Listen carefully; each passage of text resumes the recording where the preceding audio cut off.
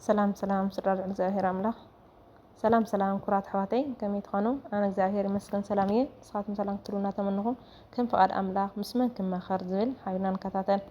زخونا نجار متزقات مكة ولا أقوى قليل يخون كبيد بزي قدس بقدم من تمخرو بعد እግዚአብሔር يخون شجرك أمونغ خان أمونغ فطارن مقداف اتزبال صأيو كالي بزحات سبات صقم كان سب أكافل يبلو يوم انتخنا ቅድሚ ንሰብ ምክፋልካ ዝኾነ ሽግር ዝመፁ ሓደ ነገር ምሂሮምና ዝኸዱ ስለ ዝኾኑ ብስቕታን ብልቦናን ብኦኦም ንሕሰብ ቅድሚ ንሰባት ክትነግር ምድላይካ ቅድሚ ንምፍትሖም ምህዋኽካ ንምንታይ ከም ዝገጠሙኻ መርምሮም ወላ እውን እኳ ኸበድቲ ይኹኑ ፈጣሪ ሓይሊ ክህበካን ንዕኦም ዝፃወት ትዕግስትን ንዕኦም ዘስተውዕል ልቦናን ክህበካ ምእታን بشجرك ዘይኮነስ بأب إيد ፈጣሪ ዘሎ መፍትሕ ሕሰብ ኣቦና እዮብ ንልዑል እግዚኣብሔር ኩሉ ከም እትኽእል ነቲ ዝመደብኳዮ ድማ ዝኸልክለካ ከምዘየለ ይፈልጥ ኣለኹ ይብሎ እዚ ቃል ዝበሎ እቲ ልዕሊ ናትካ መከራን ፀገምን ወሪድዎ ዝተዓገሰ ኣቦና እዮብ ምዃኑ ዘክር ዋላ እኳ ብዙሕ ሽግር ተወረዶ ንልዑል እግዚኣብሔር ግን ኩሉ ከም ዝኽእል እግዚአብሔር ዝመደቦ ዝኾነ ዝኽልክሎ ከምዘየለ ብርግጽ ይፈልጥ ኣለኹ እየ ዝበለ እዚ ኩሉ ሽግር ወሪድዎ ከሎ ድማ ክንዲ ዘማርር ፈጣሪ የለን ድዩ ክንዲ ዝብል ብእምነት ንፈጣሪ ኩሉ ከም እትኽእልን ዝሓሰብኳዮ ድማ ዝኽልክለካ ከምዘይፈልጥ ኣለኹ በሎ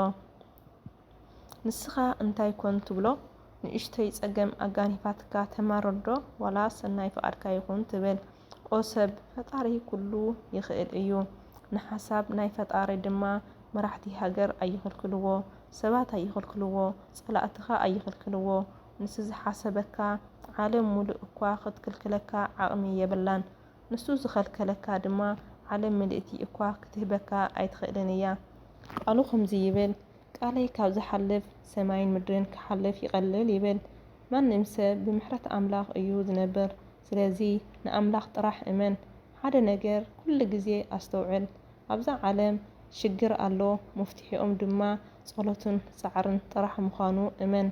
ብድሕሪ እዚ ድማ ተስፋን ትዕግስትን ምስጋናን ክትገብር ይግባእ ወዲ ሰብ ኣብዛ ምድሪ 40 መዓልትታት ብዘይ ምግቢ 3 መዓልትታት ብዘይ ምግቢ 3 መዓልትታት ብዘይ ማይ 8 ደቓይቕ ብዘይ ኣየር 1 ሰከንዲ ብዘይ ተስፋ ግን ክነብር ኣይኽእልን እዩ ስለዚ ጸሎት ተስፋ ትዕግስቲ ምስጋና ልዕሊ ምግቢ ማይ ኣየር ገንዘብ ገዛ ተቐመጠሉ ሃገር ጥዕና ብሓፈሻ ልዕሊ ኩሉ ነገር ከም ዘድልዩኻ ኣስተውዕል እመነኒ ብዘይ ጸሎትን ተስፋን ትዕግስትን ምስጋናን ምንባር ትርጉም የብሉን ኩሉ ኣብ ውሽጡ ዝጸውር ኩን ዋላ እኳ ሽግር ኣብ ልዕሊ ሽግር ይደራረቡኻ ብዛዕባ ሽግርካ ዘይኮነስ ብዛዕባኻ ተስፋኻ ጥራሕ ንሰብ ይዕልል ኣብ ህይወት ጾርን ሽግርን ክህልወካ በረከት ምዃኑ እመን ህይወት ሽግር ተዘይህልዋ እመነኒ ክትነብራ ኣይምተመንኻን ነርካ እንተ ደኣ ምኽሪ ክትወስድ ደሊኻ ድማ ብቐዳምነት ኣብ ጽምዋ ኮንካ ጸሊ ብድሕሪኡ ብዛዕባ እቶም ሽግራት ወይ ዝገጠሙኻ ኣዕሚቕካ ሕሰብ መፍትሒኦም ንምድላይ ድማ ኣንብብ ንሰብ ክተካፍል ተኾይንካ ድማ ንጹህ ሕልና ዘለዎ ሰብ ጥራሕ ኣማኽር እዚ ማለት ጽቡቕ ጥራሕ ክመኽረኒ ይኽእል እዩ ዝበልካዮ ሰብ ንምባል እየ ተጠንቀቕ ፈላጥ እዩ ኢልካ ንፈላጥ ኣይተማኽር ናይ ቤተ ክርስቲያን ሰብ እዩ ኢልካ ኣይተካፍል ዘመደ እዩ ዓርከ እዩ ኢልካ እውን ኣይተካፍል